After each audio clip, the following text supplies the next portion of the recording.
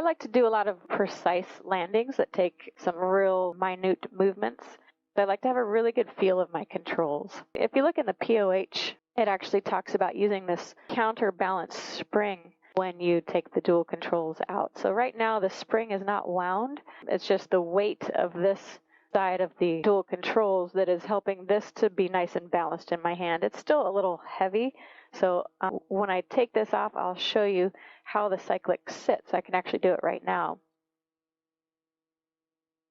I always keep this with it, and it's important to use this little cover because there's wires in here that you don't want to get dirty. Plus, it's sharp and it might hurt somebody. Blade stopped completely before I do this because I have to push the cyclic forward, take this friction off completely, push it forward just a hair, push the stop pin in, and then I wind this cyclic towards me, towards the pilot.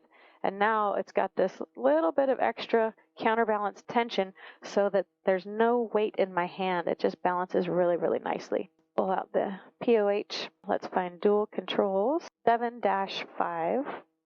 Rotate right side cyclic cross tube clockwise to stop. Depress the stop pin under the cyclic pivot and continue clockwise rotation.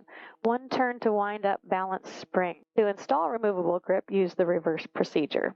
And then there's a caution. So over rotating the cyclic cross tube in either wound or unwound direction will damage the balance spring.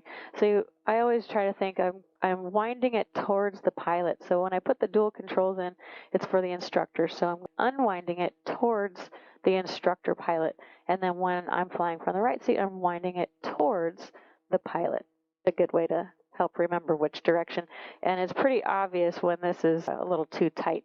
In fact, I'll show you. If I were to have tried to wind it the opposite direction, there's the stop pin, then really it gets bound up right there. So you wouldn't want to force it. You really don't want to force anything. So it's always just turning this clockwise towards the pilot. I'm not sure why it doesn't get taught, maybe because in the schools you always have the dual controls in, so you don't ever really learn how to take them in and out, but the POH tells you everything.